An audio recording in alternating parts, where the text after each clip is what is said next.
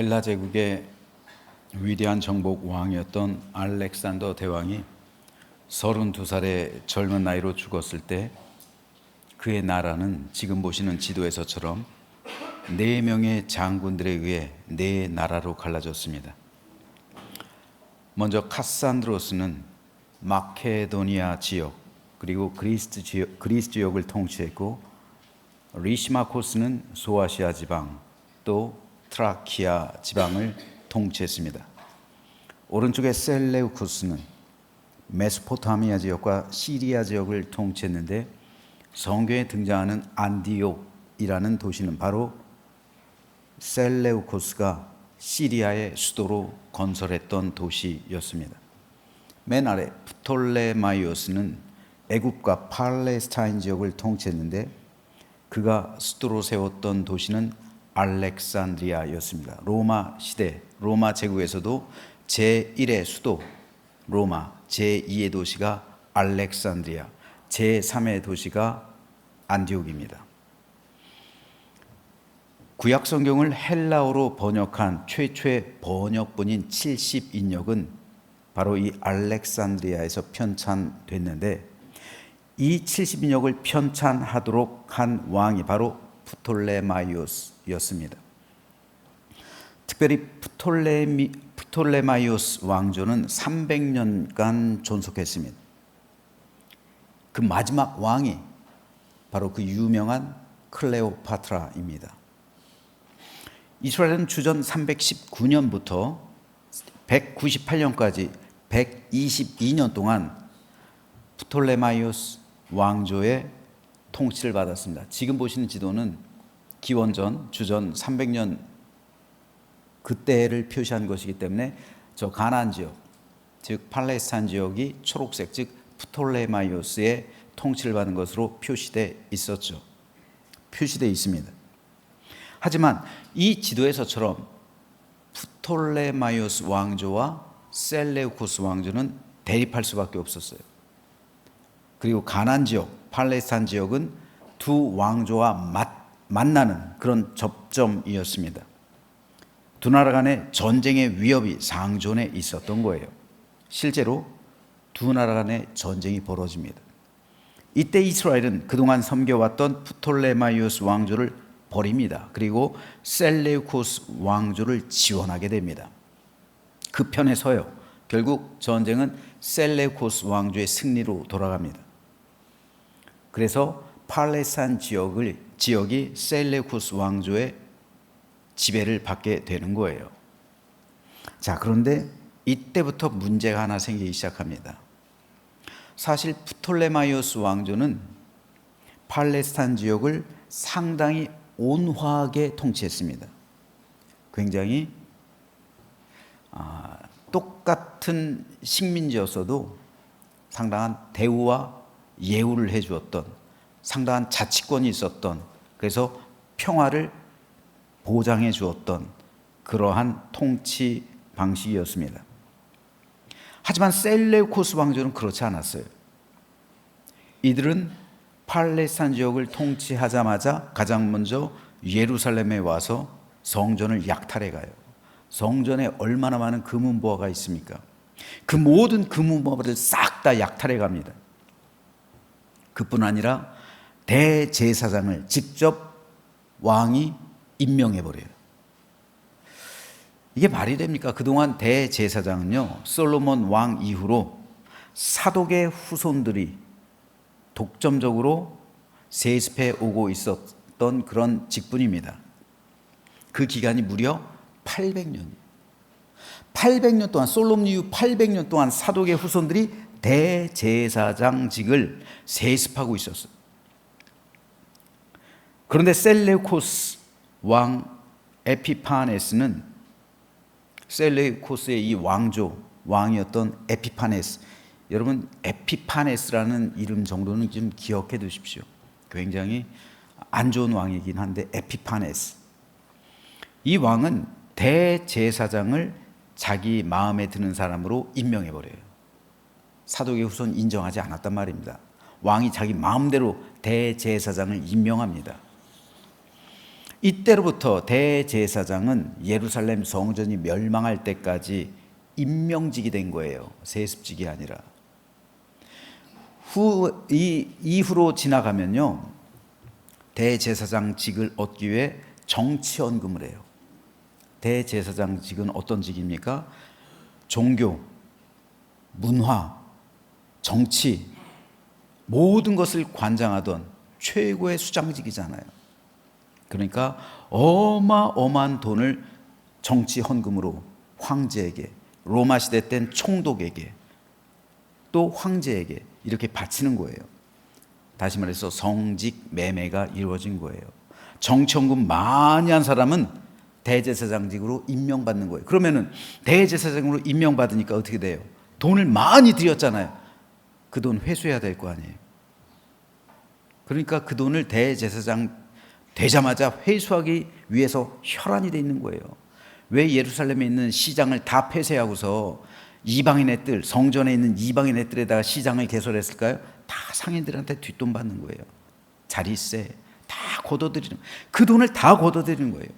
그러니까 강도의 소굴이 된 거예요. 이 원인이 됐던 게 바로 이 에피파네스예요. 이뿐 아니라 에피파네스는 유대 민족의 정신, 종교, 문화 자체를 말살시키려고 했어요. 구약 성경의 외경인 마카베오상에 보면 그가 유대 민족에게 내린 법령이 이렇게 기록되어 있습니다.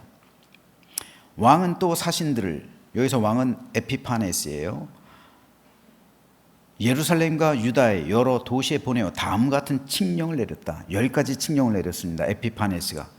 첫째, 유다인들은 이교도들의 관습을 따를 것. 둘째, 성소 안에서 번제를 드리거나 희생 제물을 드리거나 술을 봉헌하는 따위의 예식을 하지 말 것. 셋째, 안식일과 기타 축제일을 지키지 말 것. 넷째, 성소와 성직자들을 모독할 것. 다섯째, 이교의 제단과 성전과 신당을 세울 것. 여섯째, 돼지와 부정한 동물들을 희생 제물로 잡아 바칠 것. 이 모든 게 성전 안에서 하라는 거예요. 예루살렘 성전 안에서. 그러니까 얼마나 부정해졌겠어요, 이 성전이. 일곱째, 사내 아이들에게 할례를 주지 말 것. 여덟째, 온갖 종류의 음란과 모독의 행위로 스스로를 더럽힐 것. 아홉째, 이렇게 하여 율법을 저버리고 모든 규칙을 바꿀 것. 열째, 이 명령을 따르지 않는 자는 사형에 처한다. 이 법령이 유대인들에게 가당키나 합니까? 도저히 유대인들이 지킬 수 없는 법령이에요.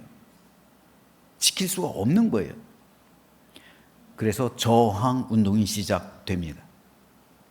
이때 저항운동을 주도했던 사람이 마따디아라는 제사장과 그의 5 아들이었는데, 이들은 갖은 고난 끝에 셀레우코스 왕조를 무찌릅니다. 그리고 예루살렘을 탈환해요. 기적이죠.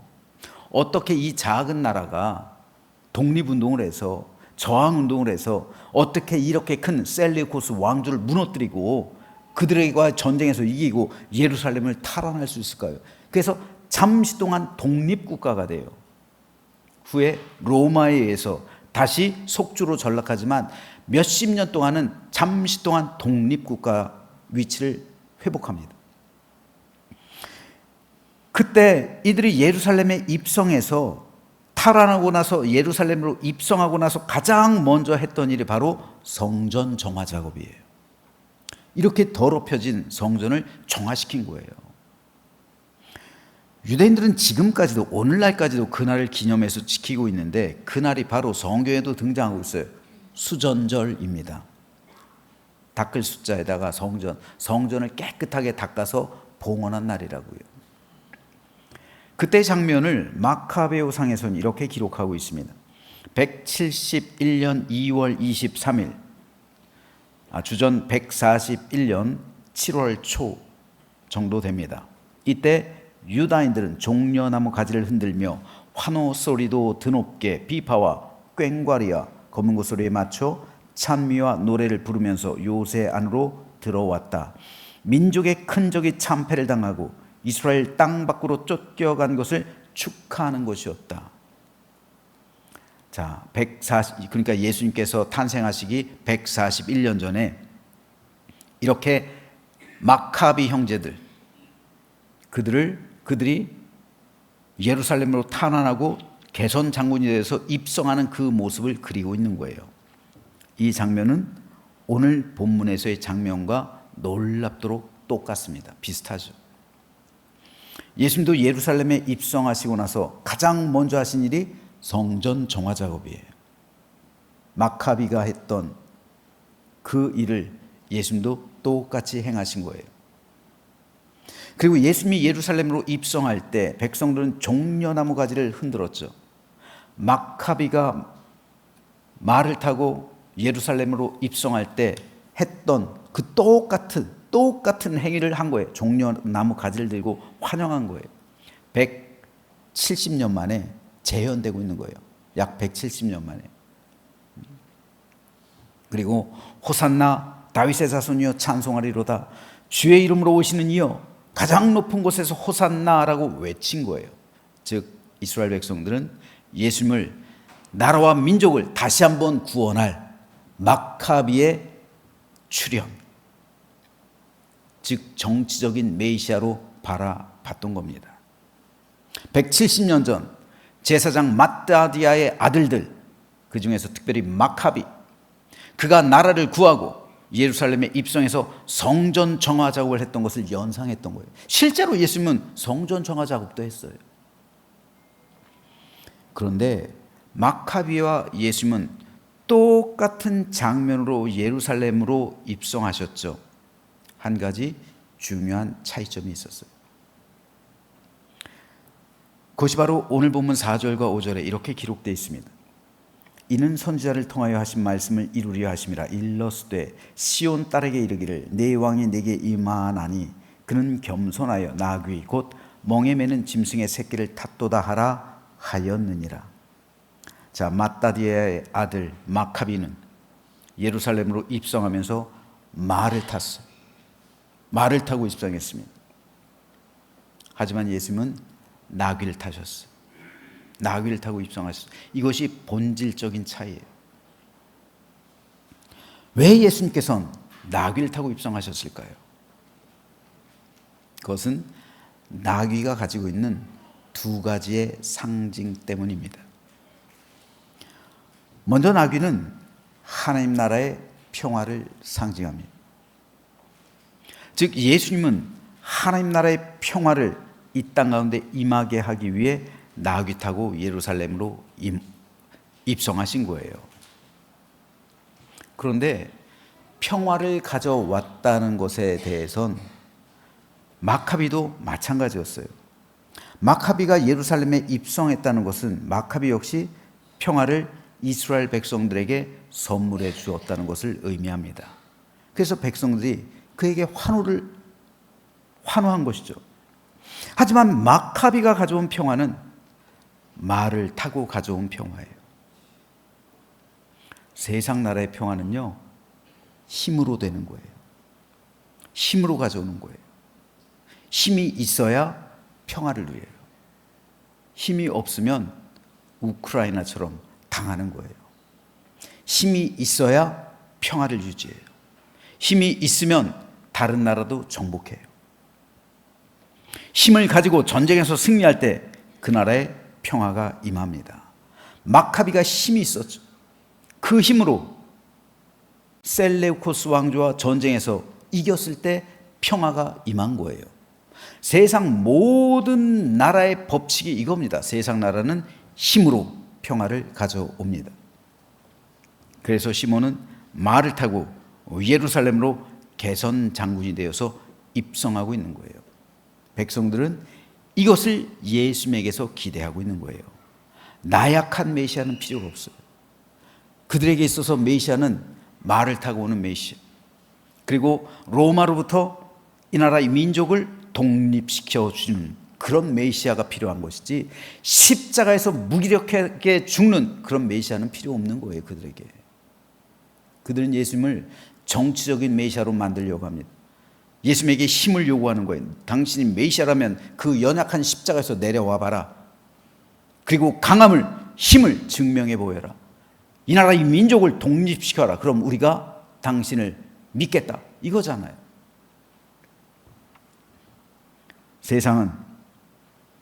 힘이 있어야 됩니다. 힘으로 평화를 쟁취합니다. 그런데 전쟁과 힘으로 가져오는 평화, 이건 모순된 거예요. 왜 그렇습니까? 평화는 기쁨입니다. 행복이고 안식이고 축복입니다. 그런데 이 평화를 내가 갖기 위해서 남을 죽인다? 이 평화를 내가 누리기 위해서 다른 사람의 피를 흘린다?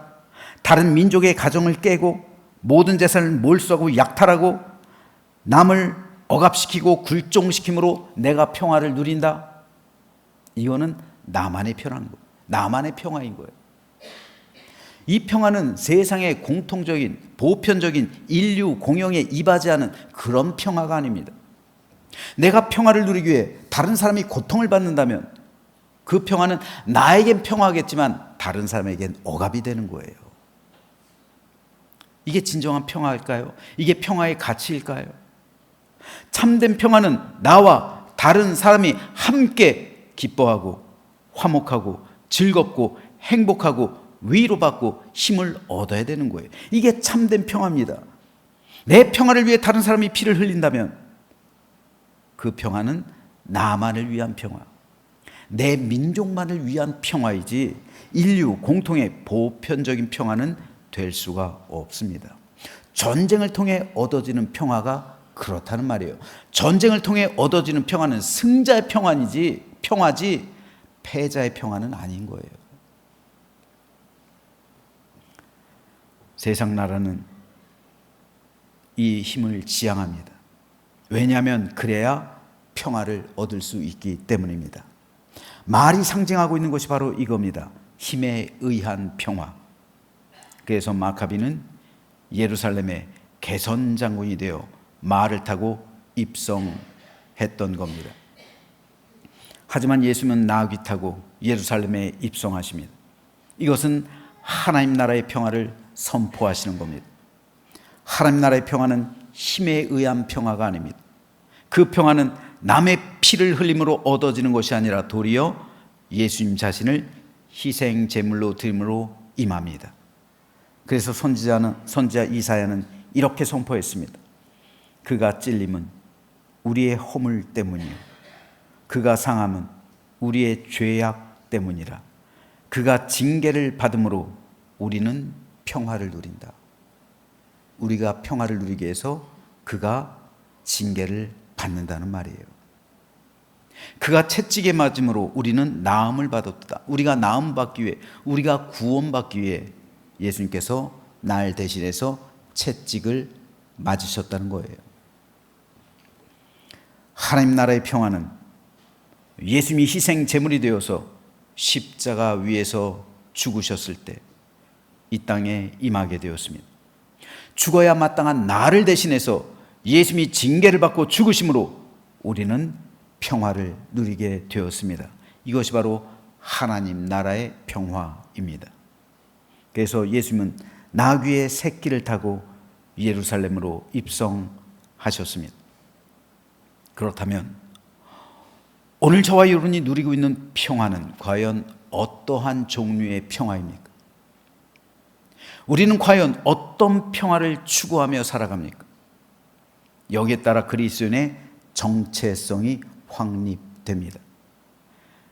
우리는 결코 힘을 통해 평화를 누리라고 부름받지 않았습니다.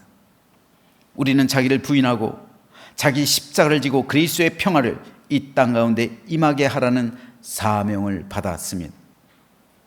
힘에 의한 평화는 세상에 속한 평화입니다. 그것은 육적이며 그것은 세속적입니다. 그것은 결코 우리 하나님께서 주시는 샬롬의 은총이 아닙니다. 예수님은 제자들을 향해서 나는 너에게 평화를 주고 간다. 내 평화를 너에게 준다. 예수님의 평화를, 우리가 예수님을 진정으로 믿는다면 예수님의 평화가 우리에게 있다는 거예요. 예수님의 평화가. 그 평화가 어떤 평화입니까? 어떤 평화를 예수님께서는 우리에게 주고 가셨습니까? 내가 주는 평화는 세상이 주는 평화는 다르다. 내가 주는 평화는 세상이 주는 힘에 의한 평화가 다르다는 거예요. 걱정하거나 두려워하지 말라. 내가 주는 평화는 세상이 주는 평화는 다르다. 예수님께서 말씀하시는데요. 바로 이 평화가 하늘의 평화, 우리 하나님께서 주시는 평화입니다. 샬롬의 평화예요. 하늘에 속한 사람은 하늘의 평화를 누리며 살아가고, 세상에 속한 사람은 세상의 평화를 갈망하는 법입니다. 이 둘은 완전 다른 평화입니다. 따라서 하나님의 백성들은 세상이 줄 수도 없고 알 수도 없는, 하나님만이 주실 수 있는 그 나라의 평강을 맛보며 살아갑니다. 이것이 바로 우리 성도들이 가질 수 있는 특권이에요. 하늘의 평화, 샬롬의 은총이에요. 종려주일을 맞이해서 우리 모두 나귀 타고 예루살렘으로 입성하신 예수님을 본받게 되기를 소망합니다. 그래서 예수님께서 오늘 우리에게 주시는 평화, 그 평화와 안식으로 우리 심령이 가득하게 되기를 주님의 이름으로 축복합니다. 다음으로 오늘 본문 5절에 보면 그는 겸손하여 나귀 곧 멍에 매는 짐승의 새끼를 탔도다 라고 말합니다. 그런데 성경에서 말씀하고 있는 겸손이란 단어는 오늘 우리가 생각하는 겸손과는 약간 달라요. 제가 여러분에게 퀴즈를 하나 내볼게요. 한번 맞춰보시기 바랍니다. 다음 보기 중에서 나머지 셋과 다른 것은 무엇일까요? 1번 구제, 2번 긍휼, 3번 자비, 4번 예배. 이 네 개 중에서 세 개는 같고 하나는 달라요. 뭘까요? 찍지 마시고 이 이유를 말씀하실 수 있는 분은 진짜로 대단하신 분이에요. 정답은 4번 예배예요. 구제, 긍휼, 자비는 같은 의미예요. 왜 그런지 좀 말씀드릴게요. 자, 방향성을 생각해 보시면 방향성을 생각하시고 이 말씀을 보시면, 이 보기를 보시면요, 구제 누구에게 하는 거예요? 내가 다른 사람에게. 긍휼, 내가 다른 사람을 불쌍히 여기는 거. 자비, 내가 다른 사람에게 사랑의 행위를 실천하는 거죠. 내가 하나님께 자비롭지 않잖아요. 내가 하나님을 긍휼히 여깁니까? 내가 하나님께 구제를 해요? 아니잖아요. 이건 사람에게 하는 거예요. 예배는요, 내가 하나님께 예배하는 거예요. 내가 다른 사람을 예배하지 않잖아요. 방향성이에요. 구제와 긍휼과 자비는 사람에게로 방향이 난 거예요. 예배는 하나님께로 방향이 난 거예요. 자, 그렇기 때문에 예배와 같은 의미, 기도, 찬송, 하나님께로 방향이 있는 단어들이에요. 그죠? 예배와 기도와 찬송은 방향이 하나님께로 나 있는 거예요. 하지만 구제와 봉사와 섬김과 대접과 자비와 긍휼, 이런 것들은 다 사람에게로 방향이 나 있는 거예요. 방향성의 문제예요. 자, 그렇다면 겸손은요, 성경시대 사람들이 생각하던 겸손이란 단어, 사람에게로 향한 단어일까요? 아니면 하나님께로 향한 단어일까요? 우리는 이 겸손이란 단어를 오늘 우리들의 생각에서 사람에게로 향한 것이다 라고 생각해요. 사람 앞에서 나를 낮추는 거, 그렇죠? 오늘 우리가 흔히 그렇게 생각해요. 하지만 성경시대에는 이 겸손이란 단어가 예배나 기도나 찬송처럼 하나님을 향한 단어였습니다. 하나님을 향한 단어가 바로 이 겸손이었어요. 오늘 보면 5절에서 마태는 그는 겸손하여 나귀 곧 멍에 매는 짐승의 새끼를 탔다. 하나님 앞에서 겸손하다는 거, 사람 앞에서 겸손해서 나귀를 탄 게 아니라 하나님 앞에서 겸손했기 때문에 나귀를 탔다는 말이에요. 이 겸손이라는 단어는 히브리어 원어로 비천하다 또는 고난당하다라는 의미를 가지고 있습니다. 즉 성경에서 말씀하고 있는 겸손이란 1차적으로는 하나님 앞에서 자신을 비천하게 여기는 것을 말하고요, 2차적으로는 하나님의 일을 위해서 자신을 비천함 가운데로 내몰아서 기꺼이 고난당하는 것, 이게 겸손이에요. 그러니까 겸손은 하나님을 향한 단어예요. 따라서 그는 겸손하여서 나귀 나귀를 타시나니 나귀의 작은 것 곧 나귀 새끼니라는 말씀은 그가 예수님이 하나님 앞에서 자신을 비천함 가운데로 내몰아서 기꺼이 고난 당할 것이라는 이 사실을 상징해 주고 있는 말이에요. 그러므로 성경이 말씀하는 겸손이란 하나님 앞에서 자신을 낮추는 것이고, 또 하나님께서 맡겨주신 사명을 위해서 기꺼이 자기 자신을 버리는 것. 그래서 멸시의 자리, 비천의 자리, 고난의 자리로 나를 내몰아가는 것, 이게 겸손이에요. 그래서 예수님을 따르는 제자들에게 이렇게 말씀하셨습니다. 누구든지 나를 따라오려거든 자기를 부인하고 자기 십자가를 지고 나를 따를 것이니라. 자기를 부인한다는 것, 예수님의 뜻을 위해 예수님처럼 자기 뜻을 꺾는 겁니다. 내 뜻과 하나님 뜻이 상충할 때가 있어요. 내가 하고 싶은 것이 있고 하나님께서 하라는 것이 있어요. 내가 가고 싶은 길이 있고 하나님께서 가라는 길이 있어요. 내 뜻대로 원하는 기도가 있고 하나님의 뜻을 이루는 기도가 있어요. 그럴 때 하나님의 뜻을 위해서 내 뜻을 꺾는 것, 이게 하나님 앞에서의 겸손입니다. 자기 십자가란 하나님께서 맡겨주신 사명을 위해서 예수님처럼 죽음의 자리로 나를 모는 것, 이것이 자기 십자가예요. 이걸 누가 합니까? 예수님조차 십자가를 지시기 전날 밤 겟세마네 동산에서 땀이 피가 될 정도로 분투하셨어요. 나를 부인하는 것, 내 십자가를 지는 것은 이렇게나 힘든 거예요. 예수님도 그것을 위해서 밤에 밤새도록 기도하셨다면 우리는 어때야 될까요? 그러니까 자기 부인, 자기 십자가는요, 겸손해지지 않은 사람은 절대로 가질 수 없는 신앙의 승리가 되는 거예요. 주님 앞에서 나를 항복시키고 내 뜻을 꺾는 겸손의 과정을 거치지 못한다면 우리는 우리 십자가를 질 수가 없는 거예요. 사탄은 예수님을 유혹합니다. 꼭 십자가를 통해서만 구원을 이룰 수 있는 건 아니잖아. 꼭 십자가여야만 되나? 아니지. 마카비를 봐. 마카비처럼 말 타고 한번 가봐. 마카비처럼 로마 제국도 정복하고 그럼으로써 이스라엘의 왕이 되어서 제사장 나라를 이루면 되지. 꼭 십자가를 통해서 죽어야 되나? 마귀의 유혹이 있어요. 마귀는 끊임없이 자기를 세우라고, 자기를 높이라고, 자기를 섬기라고 유혹하죠. 여러분, 겸손의 반대가 교만이에요. 교만은 인류의 원죄예요. 모든 죄악의 뿌리는 교만입니다. 교만으로부터 사람은 타락했고요, 천사도 타락했어요. 천사가 타락해서 사탄이 됐잖아요. 그게 교만입니다. 그대로 사람에게 인식을 시켰어요. 그래서 사람을 교만하게 만들었어요. 교만은 인류의 원죄예요. 교만은 나를 높이는 거예요.